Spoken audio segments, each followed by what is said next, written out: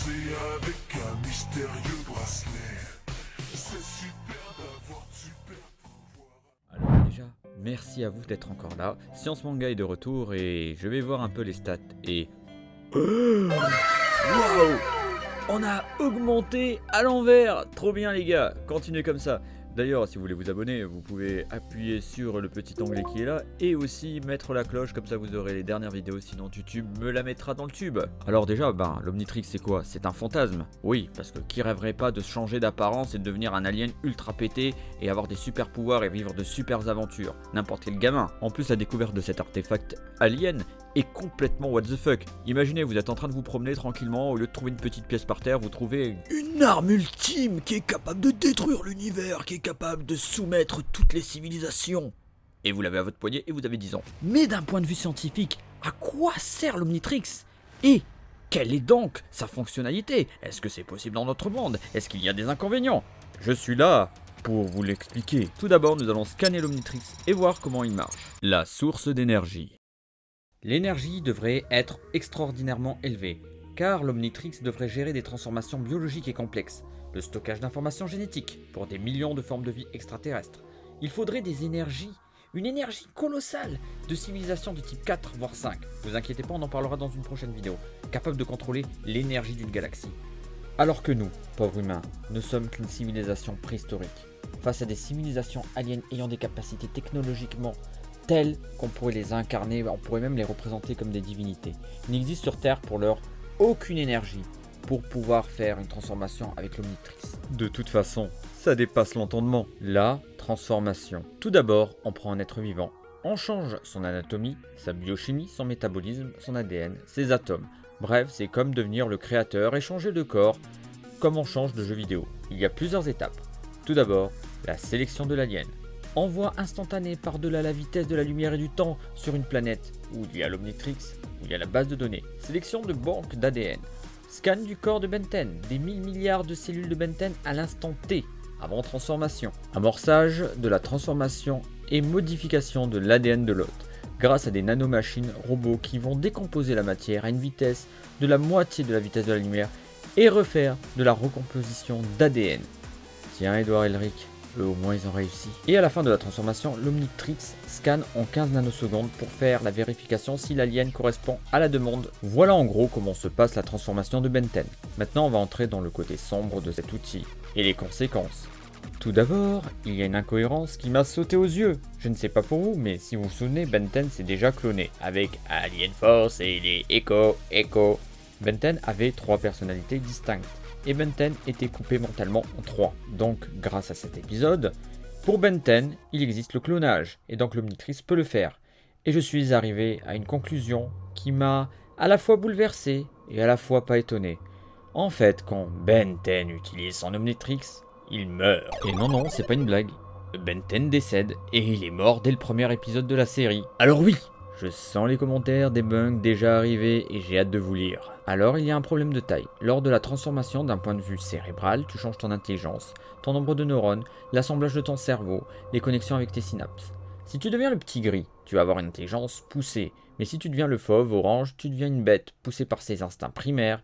Et donc dans tous les cas, Ben 10 devrait être un légume et sa conscience détruite à chaque transformation. Car chaque cerveau d'une espèce alien est différent. Et là tu peux te dire, Ben 10 est obligé d'avoir une sauvegarde et les informations et souvenirs que Ben a eu pendant ses transformations et ses combats vont donc être par l'Omnitrix être mis dans l'hypothalamus de Ben 10 et donc par conséquent l'Omnitrix manipule le cerveau de Ben 10. Alors pour ceux qui n'ont pas compris, et je comprends que peut-être mes explications sont un peu bizarres, banales, on va résumer.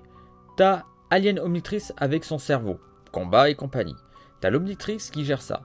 En une fraction de seconde, on reconstruit Ben 10 avec un transfert de sa conscience et une sauvegarde. Vous ça, avoir compris le problème? Et donc ça ajoute de l'eau à mon moulin, parce que en gros, Ben 10 déjà meurt à chaque transformation, et en plus le clone est manipulé par l'Omnitrix, c'est-à-dire qu'en fait, littéralement le petit gris peut avoir manipulé Ben 10.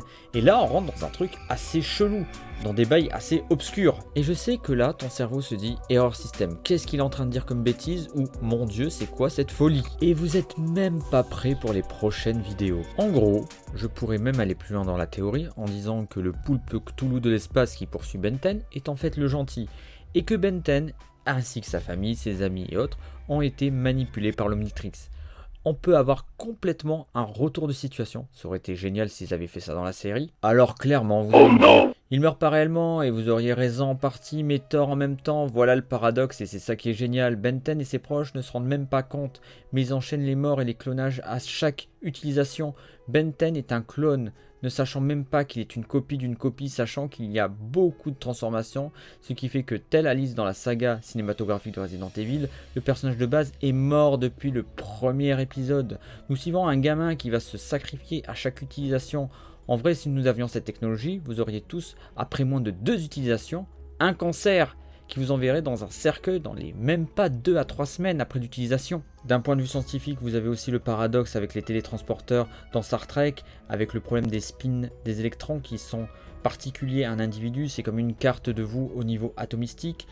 On en avait déjà parlé dans les incohérences de Dragon Ball Z, et j'en ferai une vidéo si vous voulez sur la téléportation, donc abonnez-vous, likez, partagez, et dites-le en commentaire si vous êtes chaud. Il est tellement cool qu'avec lui on ne s'ennuie jamais.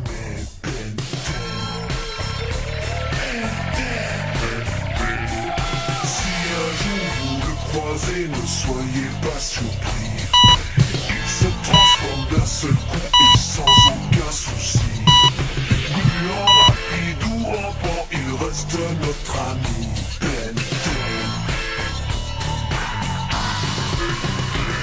Ses pouvoirs empochés sur la balle.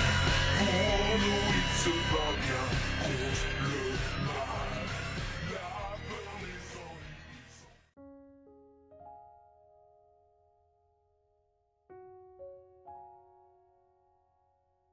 En gros, on a tous donc des configurations différentes d'atomes.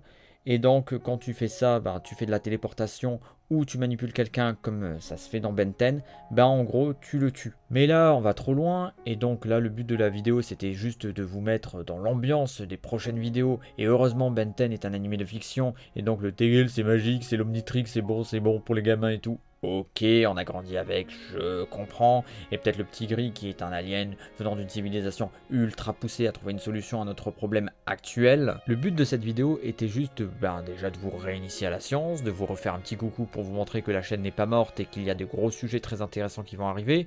Il y a certaines ébauches, il y a peut-être certaines lacunes que j'ai faites au niveau de l'audio ou autre chose et je vous attends en commentaire parce que je suis là pour m'améliorer. Je vous remercie déjà d'ailleurs d'être là.